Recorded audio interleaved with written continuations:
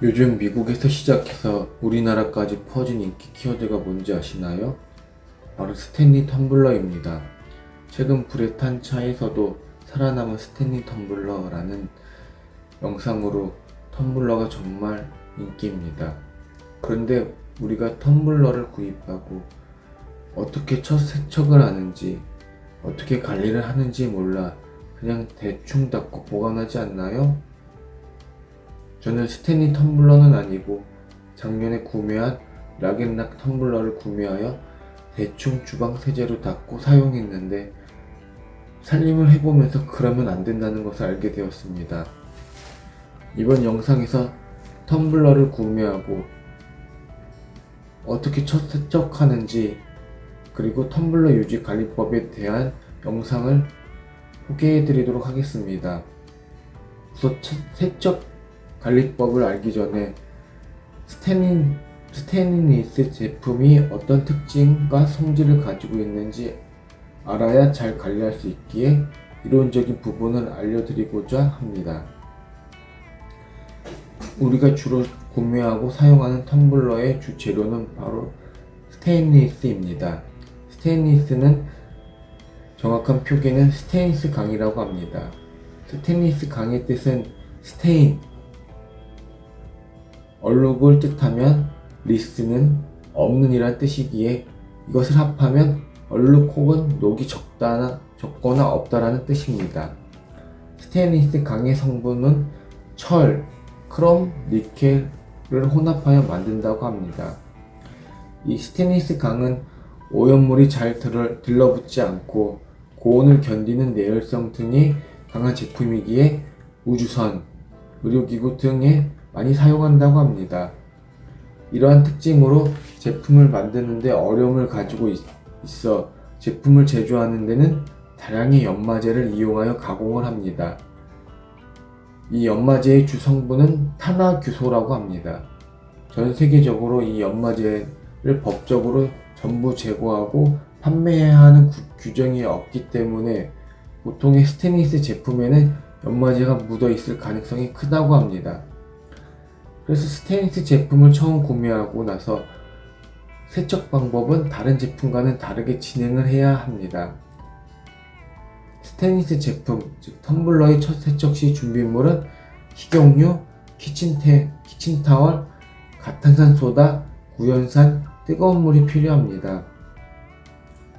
가탄산소다는 베이킹소다로 대체 가능하고 구연산은 식초로 대체가 가능합니다. 잠깐 이야기하면 가탄산소다와 베이킹소다는 염기성 물질로 가탄산소다가 베이킹소다보다 강한 염기성을 지닌 물질입니다. 염기성은 세척 표백 작업을 주로 하는 물질입니다. 구연산과 식초는 산성을 띠는 물질로 염기성을 중화시키는 성질을 가지고 있습니다. 저는 개인적으로 가정에서 식초를 사용하게 되면 식초 냄새가 많이 나기에 구연산을 주로 사용하고 있습니다. 연마제 제거 첫 단계는 식용유를 키친타월에 묻혀서 텀블러를 클렌징 오일로 세안을 하듯 꼼꼼하게 닦아주십시오.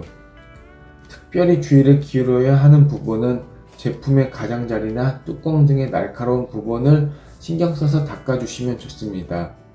그런 부분에 연마제를 많이 사용하기 때문입니다. 연마제의 주 성분인 탄화규소는 산과 알칼리성이 강하기에 최대한 꼼꼼히 닦아주시기 바랍니다. 키친타월에 묻어나는 검정색 물질이 바로 연마제입니다. 보통 국내에서 제조하는 제품에는 거의 묻어나지 않는데 중국산의 제품의 경우에는 많이 묻어나곤 합니다. 제품을 구매하여서 사용할 때 꼭 유의해 주시기 바랍니다. 식용유로 깨끗이 연마제를 닦아준 후에는 가탄산소다를 이용하여 작업을 해주시면 됩니다. 가탄산소다는 염기성이 강한 제품이기에 꼭 고무장갑 등을 끼고 작업해 주시는 것이 좋습니다. 가탄산소다의 염기성은 단백질을 분해하는 성질이 있기 때문에 피부가 상하게 될 수 있습니다. 가탄산소다를 텀블러에 넣어주고 고무장갑을 이용해 문질러 주시면 됩니다. 골고루 구석구석 묻혀주시면 됩니다. 이후 전기포트를 이용하여 끓여준 물을 천천히 부어주시면 됩니다. 이때 뚜껑이 있는 텀블러는 닫아주시면 가스가 태어나지 못하기 때문에 꼭 열어주시면 됩니다. 약 10분 정도 기다린 후에 어느 정도 항림시켜 주신다면 구연산과 뜨거운 물을 이용하여 마무리 헹굼 작업을 해주시면 됩니다. 구연산을 이용한 마무리 작업은 구연산의 산성 작업으로 마무리 소독 작업과 혹시 모를 남아있을 가타산 소다의 염기성을 중화시키는 작업을 하는 것입니다.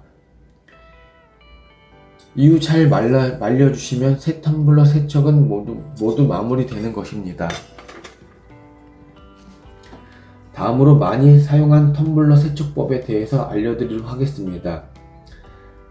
스테인리스 제품이라고 해도 오랫동안 커피나 녹차 등을 마시게 되면 하얗던 제품이 착색이 되곤 합니다. 이럴 때는 아까 새 제품을 세척할 때와 마찬가지로 가타산 소다와 구연산을 이용하여 세척을 해주시면 됩니다. 혹시나 텀블러 뚜껑의 고무 패킹에 냄새가 많이 나게 되면 구연산을 풀어준 물에 담가 놓으면 냄새가 제거되는 효과를 볼 수 있습니다. 그리고 고무 패킹이 착색이 되었다면 베이킹 소다를 풀어준 물에 담갔다가 사용하지 않는 칫솔 등으로 닦아주면 깨끗해지는 것을 볼 수 있습니다. 그리고 제일 중요한 것은 텀블러 등의 음료를 오랫동안 보관하지 않는 것이 정말 중요합니다. 오랜 시간 동안 커피나 차 등을 담가두게 되면 색과 냄새가 텀블러에 배이게 되고 텀블러의 보온 기능과 보냉 기능이 약해지게 됩니다. 이 정보를 모르고 있을 때 저 역시 회사에서 쓰던 텀블러가 냄새가 나거나 내부의 색이 변했을 때면 인터넷 창을 열고 새로운 텀블러가 뭐가 있는지 검색을 하고 새 것을 구매하곤 하였습니다. 혹시 시청자분들께서 이런 경우 없으신가요? 괜히 텀블러가 오래되어서 새 것으로 사야지 하는 정당한 핑곗거리가 생겨서 신이 나고는 하잖아요. 그러다가 쓰던 것은 겉은 멀쩡하다 보니 버리지는 않고 찻장에 보관하다 보니 안 쓰는 텀블러만 수십 개 되는 경우가 있다고 하더라고요. 제 회사 동료의 경우에는 그렇게 하다 보니 안 쓰는 텀블러만 집에 20개 이상 된다고 하더라고요. 텀블러 가격이 싸지 않다 보니 나도 모르게 필요 없는 돈을 소비하고 있는 경우가 되더라고요. 이제는 이 방법으로 텀블러를 깨끗하게 그리고 안전하게 사용했으면 좋겠습니다. 혹시 새 텀블러 스테인리스 제품의 경우에는 꼭 식용유를 이용해 세척해 주시기 바랍니다. 이번에도 좋은 영상으로 시청자분들께 조금이라도 도움이 되도록 노력하도록 하겠습니다. 혹시나 이 같은 집안 살림 꿀팁들을 받고 싶으시면 간단하지만 작은 꿀팁 받고 싶으시다면 이 작은 채널, 제 채널 구독하셔서 언제든 정보 받아가셨으면 좋겠습니다. 더 좋은 영상으로 찾아뵙겠습니다. 지금까지 시청해주신 분들 진심으로 감사드립니다.